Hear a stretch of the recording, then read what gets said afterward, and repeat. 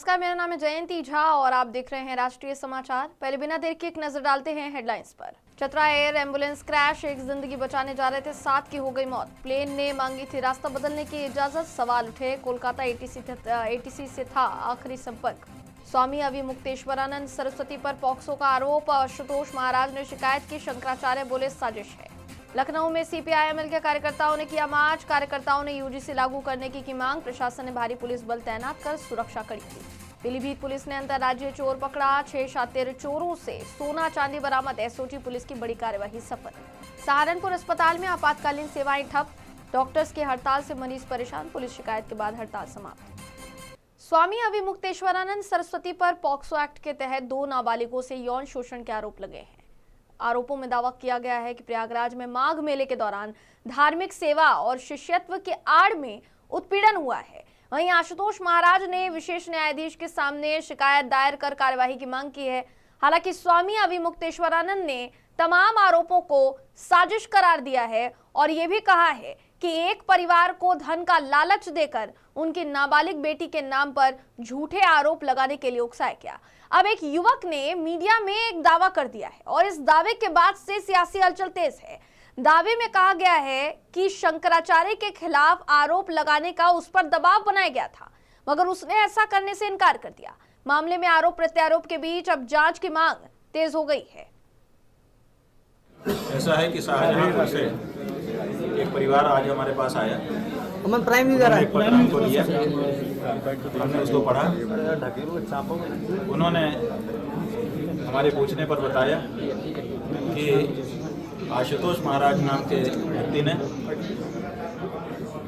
हमें ये कहा कि तुम्हारे माइनर बच्चियां हैं, उनका नाम लेकर के अविमुक्तेश्वरानंद के ऊपर आरोप मत दो, हम तुमको बच्चियों के विवाह आदि के लिए पर्याप्त धन उपलब्ध करा देंगे, कोई तकलीफ नहीं होने देंगे। और जब हमने ये कहा कि मना कर दिया कि हमारे परिवार में पहले सभी सन्यासी हो चुके हैं, हम लोग परंपरागत लोग हैं, ये हम नहीं कर पाएंगे। महाराज को हम जानते भी नहीं हैं, कभी मिले भी नहीं हैं और उनके लिए इस तरह का आरोप हम नहीं लगा पाएंगे। तो उन्होंने धमकी दी कि फिर देख लेना, अपने आप को बचा के रखना। तो ये गंभीर बात है कि इस तरह से लोगों को प्रलोभन दिए करके या धमका करके हमारे विरुद्ध खड़ा करने का प्रयास चल रहा है, जिसका पता चलता है। देखिए, आशुतोष पांडे से मेरा कोई व्यक्तिगत विवाद नहीं है कि जो आशुतोष पांडे के खिलाफ मैं लिखूं, बयान देने आया हूं या बयान दिया है। हाँ, हालांकि मैं ये कह रहा हूँ कि मैं वहाँ अपने घर पे रहता हूँ, वहाँ से निकला था, रास्ते में वहाँ बैठा था और उसके बाद में बाइक पे अपने घर में बात कर रहा था। तो 3 लोग आए थे और जिनको मैं जानता नहीं हूँ, उन्होंने हमारे पिताजी का नाम लिया। तो चूंकि पिताजी का जब नाम लेते हो तो समझ में आता है कि कोई खास होगा, तो उन्होंने नाम लिया। उनसे बातचीत हुई मेरी, फिर बातचीत होते तो उन्होंने कहा कि ऐसा है कि एक मामला है यार, आप करा दीजिए। हमने कहा क्या मामला है, क्या कराना है? तो उन्होंने कहा कि ऐसी बात है, आपके एक बहुत अच्छे खास है, तो उनसे हम बात कराते। तो हमने कहा किससे बात करानी है, बात कराइए। तो उन्होंने अपने फोन से मेरी बात कराई। तो उन्होंने उधर से वो बोले कि मैं आशुतोष पांडे बोल रहा हूँ। तो हमने कहा बताइए जी। कहने लगे कि पहचाने हो? तो हमने नहीं पहचान पाए। बोले पहचानिए देखिए। तो हमने कहा अच्छा जी भैया प्रणाम। आवाज समझ में आ गई तो हमने कहा जी भैया प्रणाम, बताएं। कहने ठीक है, वो सब बढ़िया है। हमने कहा कहले वो हम आ नहीं पाए। तो हमने इतना ज्यादा हमारा क्लोजपन भी नहीं रहा, लेकिन जिस तरीके से उन्होंने हमसे कहा कि यार कि स्वामी जी हैं एक, वो बहुत ज्यादा है, उनको ठीक करना है थोड़ा सा, उसमें आप करिएगा। तो हमने कहा क्या है? तो कहने लगे वो यार तुम अपनी बेटी के लिए। हमने कहा यार कैसे सोच सकते हो, मतलब बड़े भैया तुम ये अपनी बच्चियों को लेकर कैसे तरीके से कर दे? कहले नहीं, हम आपकी पूरी तैयारी वो करेंगे, सपोर्ट करेंगे, सुरक्षा की गारंटी लेते हैं, सारी चीजें हैं। मेरी बातचीत शंकराचार्य जी से मुलाकात करने का इतना था कि मैं अपनी बात को स्पष्टीकरण दे सकूं कि मेरा ना तो उनसे कोई लेना देना है, ना तो इस मठ से, और ना शंकराचार्य जी से मैंने किसी प्रकार का कोई आरोप नहीं लगाया किसी पे, और ना मैं लगा। शंकराचार्य जी से यही बात हुई, उन्होंने कहा ठीक है आप अपनी बात रखे हैं समाज के सामने, सही बात है, अच्छी बात है, उसको रखना चाहिए। पुलिस को बताने कितना मतलब हमने वो चीजें सोची कि हमने कब मामले ऐसे होते हैं, पता नहीं कौन है, अवॉइड कर दिया क्योंकि शाम का समय था। हमने कहा हो सकता है, तो हमने उस मामले को अवॉइड कर दिया। हमने कहा कि हमें पढ़ने नहीं चक्कर, बहुत बड़ा मामला मैटर है।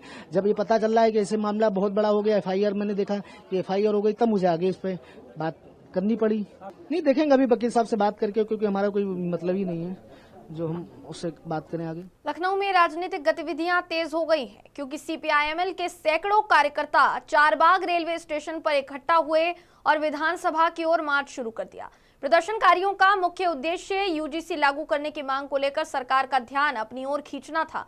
उन्होंने जोरदार नारेबाजी करते हुए सुनिश्चित करने की कोशिश की है कि उनकी आवाज सुनी जाए और प्रशासन जल्द से जल्द कार्यवाही करे। प्रदर्शन की बढ़ती संख्या और संभावित तनाव को देखते हुए प्रशासन ने इलाके में भारी पुलिस बल तैनात कर सुरक्षा व्यवस्था कड़ी कर दी है। चारबाग रेलवे स्टेशन और आसपास के मार्ग पर पुलिस की मौजूदगी ने स्थिति को कंट्रोल करने में मदद की, मगर पूरे इलाके में हलचल और भीड़ का दबाव बना हुआ है। ये मार्च शिक्षा नीति और सामाजिक मुद्दों पर राजनीतिक सक्रियता का प्रतीक माना जा रहा है और सरकार की ओर से किसी भी अप्रत्याशित घटना से निपटने के लिए प्रशासन सतर्क नजर आ रहा है। उत्तर प्रदेश के लखनऊ में सीपीआई एमएल के सैकड़ों कार्यकर्ता इस वक्त सड़कों पर है, जहां चारबाग रेलवे स्टेशन पर वो जुटे हैं। उन्होंने विधानसभा की ओर मार्च किया। प्रदर्शनकारियों ने यूजीसी लागू करने की मांग को लेकर जोरदार नारेबाजी की और सरकार से तत्काल निर्णय लेने की मांग की। स्थिति को देखते हुए प्रशासन ने भारी पुलिस बल तैनात किया और पूरे इलाके में सुरक्षा व्यवस्था कड़ी कर दी गई।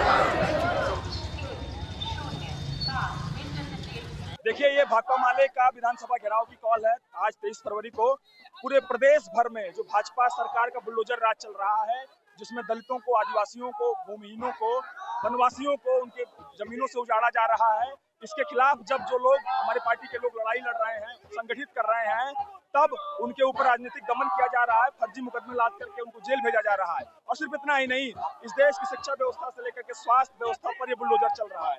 ये बुलडोजर विश्वविद्यालयों में जातिगत उत्पीड़न को जस्टिफाई करने में लगा हुआ है। यूजीसी के रेगुलेशन को लागू करने के लिए सुप्रीम कोर्ट में जो जरूरी पक्ष भारत सरकार को, मोदी सरकार को रखना था, इस सरकार ने उसको नहीं रखा, जिसके कारण से सुप्रीम कोर्ट ने उस पर स्टे लगा दिया। आज ये मार्च उस यूजीसी रेगुलेशन को रोहित एक्ट की तर्ज पर लागू करने की मांग को लेकर के विधानसभा घेराव की कॉल पर जारी है। झारखंड के चतरा स्थित सिमरिया ब्लॉक की कसरिया पंचायत में रेड बर्ड एविएशन कंपनी का बीच क्राफ्ट C90 एयर एम्बुलेंस खराब मौसम की वजह से क्रैश हो गया। यह विमान बिरसा मुंडा हवाई अड्डा से दिल्ली के लिए मेडिकल इवैक्यूएशन फ्लाइट पर रवाना हुआ था और शाम करीब 7:30 बजे ATC से संपर्क टूटने के बाद करमटांड जंगल में दुर्घटनाग्रस्त हो गया। हादसे में मरीज संजय कुमार, उनके परिजन, डॉक्टर, पायलट समेत कुल 7 लोगों की मौत हो गई। डीसी कीर्तिशी के मुताबिक आंधी, तूफान और खराब मौसम इस दुर्घटना की मुख्य वजह रहे। प्लेन क्रैश मामले की जांच को लेकर AIB की टीम दोपहर 1 बजे चतरा पहुंचेगी। दिल्ली से 8 बजे चतरा स्थित घटनास्थल के लिए रवाना होगी। AIB के विशेषज्ञ की टीम जो है वो पहुंच सकती है। वहीं दूसरी तरफ ये भी कहा जा रहा है कि ब्लैक बॉक्स से घटना का खुलासा होने की संभावना है। सभी मृतकों के शव को रेस्क्यू कर पोस्टमार्टम के लिए भेज दिया गया है सदर अस्पताल, और मृतकों के परिजनों के अस्पताल उनकी वजह से कहीं ना कहीं वो सारे मृतक जो परिजन हैं मृतक के, वो पहुंचे हुए हैं अस्पताल। और जाहिर है ऐसी स्थिति में खुद को संभाल पाना बेहद मुश्किल है, इसलिए माहौल जो है वो बेहद गमगीन बना हुआ है। घटना स्थल पर 3 अलग अलग जगहों पर विमान का जो महत्वपूर्ण मलबा है वो बिखरा हुआ है।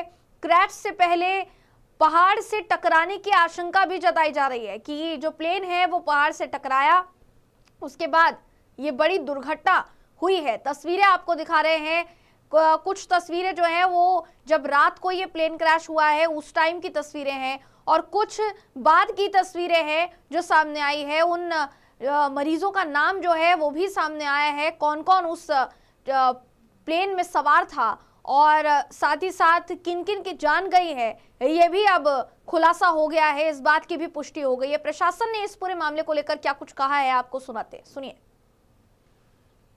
ड्यू टू थंडरस्टॉर्म, तो जैसे हम लोगों को इन्फॉर्मेशन पता चला, हम लोग मेडिकल टीम के साथ जो है रश किए यहाँ पे, बट अनफॉर्चुनेटली डॉक्टर्स का टीम इन्होंने फाउंड डेड डिक्लेयर किया, तो हम लोगों ने उनका बॉडीज को निकाल करके पोस्टमार्टम के लिए और फर्दर इन्वेस्टिगेशन के लिए भेजे हैं। मैम टोटल नंबर अपडेट अगर आप बता सकें। टोटल 7 लोग हैं। उसमें क्रू मेंबर भी हैं और टोटल 2 क्रू मेंबर्स हैं और बाकी 5 लोग जो है पेशेंट्स और पेशेंट के परिवार के लोग हैं। कहाँ के ये लोग थे, कुछ आइडेंटिफाई हो पाए? बाकी डिटेल्स जो है वो हम लोग खोजने के लिए जो है व्यवस्था कर रहे हैं। एंड डेब्री और हटाने का क्या प्रोसेस है? इसमें जो है कल सिविल एविएशन मिनिस्ट्री से जो है टीम आ रहे हैं, वो लोग इसका ब्लैक बॉक्स जो है आइडेंटिफाई करके इसका एक्सीडेंट का कारण वगैरह वो लोग ढूंढेंगे। हमें जो इन्फॉर्मेशन मिला था कि कोई प्लेन क्रैश हुआ है, तो हमने सोचा एयर एम्बुलेंस, छोटा हेलीकॉप्टर जैसा कुछ होगा। तो जब हम लोग यहाँ आए देखे हैं तो ये एरिया काफी इंटीरियर में है। आप देखो कच्चा ट्रैक भी यहाँ से 2 किलोमीटर का 2 किलोमीटर तक तो कोई रोड ही नहीं है। उसके पीछे जो शुरू होता है तो वो पूरा कच्चा ट्रैक है, कोई 5 किलोमीटर का पैच। फिर देन उसके बाद फिर सिमरिया से 15 किलोमीटर के आसपास सिमरिया है। तो जब रात को यहाँ पहुंचे हम लोग तो तब यहाँ पे देखा तो यहाँ तो सब तो बचा तो कोई नहीं था, लाइव तो कोई था नहीं उसमें, लेकिन थे सब जो डेड थे तो उनको निकाला गया, रिट्रीव किया गया बॉडीज को इसमें से। तो क्योंकि मेटालिक बॉडी होती है तो उसमें फंसे हुए थे, पूरी बॉडी जो है उसमें इंटेंगल हो गए थे अंदर की तरफ ही पूरा। तो वो उनको फिर काफी कठिनाई हुई उनको निकालने में।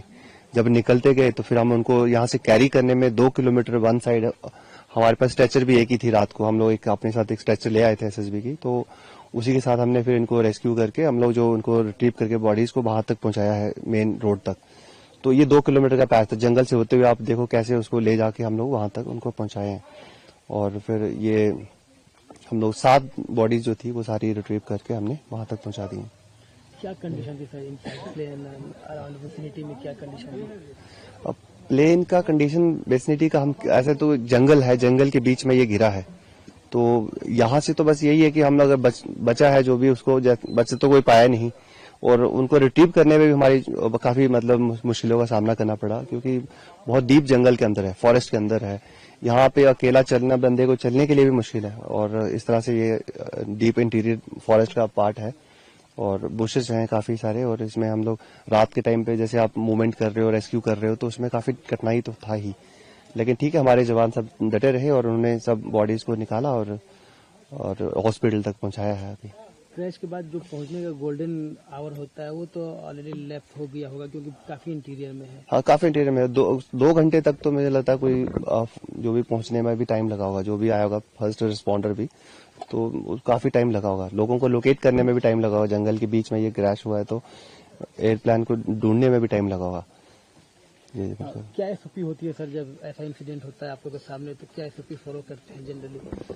देखिए, एसओपी जो हम लोग तो सिर्फ रेस्क्यू और उसके लिए आए हुए थे। रेस्क्यू के लिए जो हमारी एसओपी होती है उसी को हम फॉलो कर रहे थे। जब रेस्क्यू देखा गया कि रेस्क्यू वाला कोई उसमें लाइव तो कोई बचा नहीं है, तो देन उसके बाद बाकी का काम होता है कि डेड बॉडीज को निकाल के उनको कंसर्न हॉस्पिटल तक पहुंचाया जाए। तो वो हमने उसको फॉलो किया, वही हमने किया है। यहाँ पर वही 7 से 8 के बीच में जब मौसम बहुत तूफान थी, उस समय प्लेन काफी नीचे गांव से गुजर रही थी। तो उस समय क्या हुआ कि ग्रामीण काफी डर चुके थे कि प्लेन इसी आसपास क्रैश होगा। लेकिन अचानक यहाँ पर क्रैश हुई। उसके बाद में एक पंखा यहाँ से 1 किलोमीटर दूरी में ही टूटा है। तो ग्रामीण वहाँ से खोजते खोजते आए। उसके बाद जैसे हम लोग को सूचना मिली, हम लोग आए घटनास्थल पर और ग्रामीण ही यहाँ पर सबसे पहले पहुंचे। और उन लोग के सहयोग से यहाँ पर आज जो भी घटनास्थल में जिसका भी डेड बॉडी हुई, उन लोग के सहयोग से निकाला गया और पुलिस प्रशासन को जानकारी दी गई।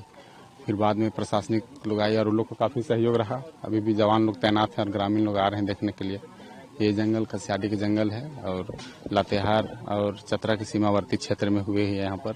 और जिसका घटना हुई, घटना के सूचना के आधार पर काफी अंदर जिसको दिक्कत हो रही है।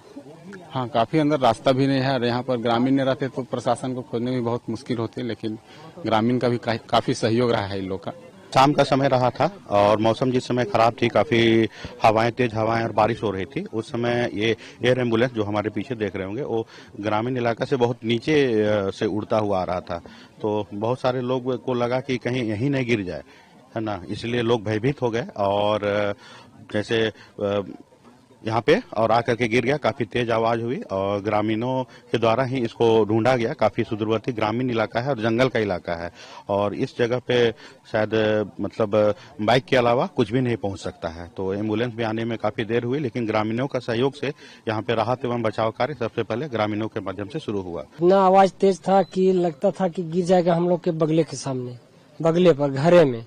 लेकिन वहाँ हम लोग देखे कि दूर में जा गिरा तब कितना आदमी पुकते पुकते कह रहे गिर गलो गिर गलो गिर गलो गिर गलो, जहाज में गिर गलो एरोप्लेन में। यानी पुकते पुकते में जैसे आदमी देखने लगा तो वहाँ बल वहाँ हाथ के थे तो आदमी यहाँ पहुँच गया। पहुँचने के बाद में यहाँ देख रहा है कि कोई सट में हिम्मते नहीं हुआ था। फिर हम लोग घूम गए, आपस हो गए। फिर हल्ला हुआ, प्रशासन पास फोन किया गया था, प्रशासन यहाँ लाइन के अथी किया। हम लोग फोन किए थे जाकर रात के। मैंने 7 बजे, ये 7 बजे घटना घटा था। गांव की आबादी यहाँ से कितनी दूर है? यहाँ से है कम से कम 4-5 किलोमीटर दूरी में। पीलीभीत में पुलिस की बड़ी कार्यवाही सामने आई है। अंतर जनपदीय और अंतर राज्य शातिर चोरों पर शिकंजा कसा गया है। पीलीभीत पुलिस और एसओजी की संयुक्त कार्यवाही में 6 शातिर चोर गिरफ्तार किए गए। गिरफ्तार आरोपियों में 4 पुरुष 2 महिलाएं शामिल हैं। पुलिस ने आरोपियों के कब्जे से कई सामान जो है वो बरामद किए हैं। पुलिस को इन शातिर चोरों की तलाश पिछले कई दिनों से थी। अब आखिरकार कार्यवाही हुई है। पीलीभीत थाना सुनगढ़ी और एसओजी की टीम ने ये पूरी कार्यवाही को अंजाम दिया है। बड़ी चोरी की वारदात हुई थी, पुलिस ने घटना का खुलासा किया है। क्या क्या रिकवरी है और कितने लोग गिरफ्तार हुए हैं? क्या चोरी का तरीका था इन लोगों का? देखिए, एक थाना कोतवाली और उसके बाद थाना सुनगढ़ी पे 15 और 17 तारीख को 2 मुकदमे लिखे गए थे, जिसमें सुनगढ़ी वाली घटना जिसमें कि काफ़ी ज़्यादा बड़ी वो चोरी की घटना हुई थी। उसके बाद लगातार जो है एडिशनल एसपी जो हमारे हैं उनके और एसओजी और थाना पुलिस के क्लोज सुपरविज़न एंड नेतृत्व में लगातार इसमें हम लोग काम कर रहे थे। वो घटना वर्कआउट दोनों हो गई है और उसमें जो सुनगढ़ी वाली चोरी है उसमें लगभग 23 तोला सोने के जेवर और लगभग 2.5 किलो सिल्वर और लगभग 2.25 लाख रुपए की कैश की रिकवरी है, जो कुल लगभग 42-45 लाख रुपए टाइप लगभग बनता है जो रिकवरी की गई है। 6 लोग इसमें जो है अरेस्ट किए गए हैं, जिसमें 2 महिलाएं भी हैं और ये सभी अभ्यस्त चोर हैं और इनको पकड़ने के लिए काफ़ी टीमें बिल्कुल दिन रात लग के मेहनत करके इसको हमारी टीमों ने वर्कआउट किया है। इसके लिए इनको प्रशस्ति पत्र और बाकी हेडक्वार्टर लेवल से भी इनको प्रशस्ति पत्र मिले, इसके लिए लिखा जाएगा। क्या चोरी का तरीका था? रेकी करते थे क्या था? जी बिल्कुल, ये बेसिकली रेकी करते थे पहले और जो भी ऐसे प्रतिष्ठान या घर ये खाली पाते थे वहाँ पे फिर ये देर रात को जब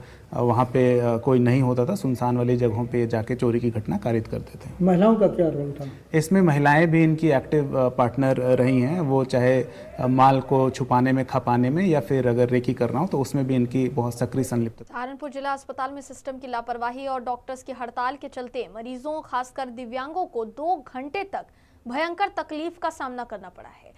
घटना में एक दृष्टिहीन मरीज गोविंद नगर निवासी बीपी और शुगर बढ़ने की स्थिति में इमरजेंसी वार्ड में इलाज के लिए आया, मगर डॉक्टर्स ने उसे देखने से इनकार कर दिया और मायूस होकर वो वापस लौट गया। हड़ताल के पीछे डॉक्टर रितिका की पुलिस शिकायत और गिरफ्तारी की आशंका बताई जा रही है। प्रशासन और अस्पताल का सिस्टम इस दौरान पूरी तरह असफल रहा है, जिससे आम मरीजों और कमजोर वर्ग के लोगों पर संकट की स्थिति जो है वो उत्पन्न हो गई है। डॉक्टर्स की हड़ताल की वजह से मरीजों की जान और स्वास्थ्य दोनों जोखिम में पड़े, लेकिन पुलिस कार्यवाही की धमकी मिलने के बाद ये हड़ताल समाप्त कर दी गई। कहाँ के रहने वाले आप? सर मैं यहाँ गोविंद नगर का। अच्छा, क्या हुआ? सर मुझे बीपी हाई और चक्कर और सिर में दर्द अच्छा, कभी बढ़ जाता है कभी और बुखार। अच्छा, तो यहाँ क्या हुआ यहाँ पे? सर वैसे तो स्ट्राइक हो गई थी, मगर किसी कारण से मैंने स्टाफ को बुलाया, पानी मुझे कुछ जरूरत थी तो कोई भी सुन नहीं रहा था। वो बता सकते थे कि भाई हम ये नहीं कर सकते, मगर कोई सुन नहीं रहा था। अच्छा, तो आप देख भी नहीं पाए तो कैसे आए? कैसे यहाँ पे? एम्बुलेंस आए? हाँ जी। तो इमरजेंसी बन गया, आपको परेशानी हुई? हाँ जी सर, वैसे तो इमरजेंसी है ये, आज हुई है जैसे कि स्ट्राइक के दौरान में। फिलहाल खबरों में बस इतना ही। खबरों का सिलसिला यूं ही जारी रहेगा। देश और दुनिया की तमाम खबरों के लिए देखते रहिए राष्ट्रीय समाचार।